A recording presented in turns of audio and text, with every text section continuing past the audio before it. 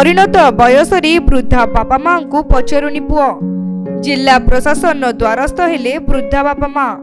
एभली एक घटना देखा मिली जगतसिंहपुर जिला एरसमा थाना अंतर्गत जिराइलो ग्रामर 80 वर्षर वृद्ध बापा अलेख दास और 74 वर्षीय वृद्धा माँ शांति दास को दुख कहले न सरी। अलेख और शांति दुई पुओ और दुई झील दुई मध्यरु बड़ पुओ डाक्तर पढ़ाइबा परी पारादीप रे चाकरी करी सेवा जोगाई दे आछंती। दुई झील को विवाह कर दैछंती। पुओ डाक्तर हेबा परी अलेख खुशी चलिबे बोली आशा बांधिथिले हेले फल हेला उल्टा।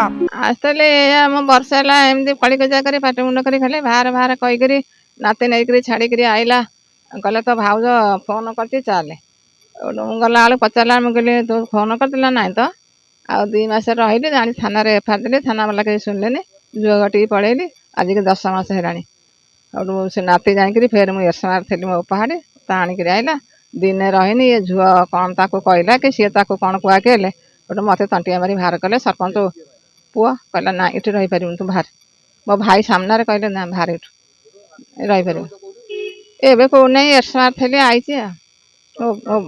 मो पहाड़ थी आई माँ बापा ठारू सबु जमी बाड़ी निज नाम कराइने परी डाक्तर पुआ और वृद्धा बापा माँ को पचारू ना। सान पुओ दुखरे थिले मध्य वृद्धा बापा माँ को पाखे रखी दिन को 2 ओली खाद्य जोगाड़ करने कष्टकर हो पड़ी। तांको उद्यम रे जिला प्रशासन द्वारस्थ होगा सहित न्याय पाइबा जिला प्रशासन को जणाइथिबा कहिसंती। घर पुओ बोह मिसिकी मौसी की जो घर बाहर करदेवा घटनाटा अत्यंत हृदय स्पर्शी घटना था मत विव्रत करता से घटना।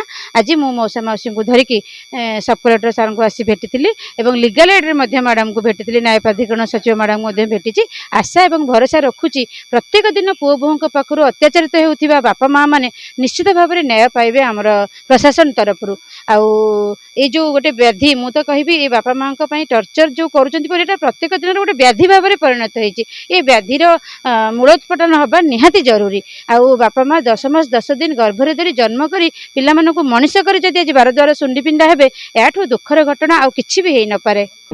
जगतसिंहपुर रीता साहू को रिपोर्ट तीर्थक्षेत्र लाइव।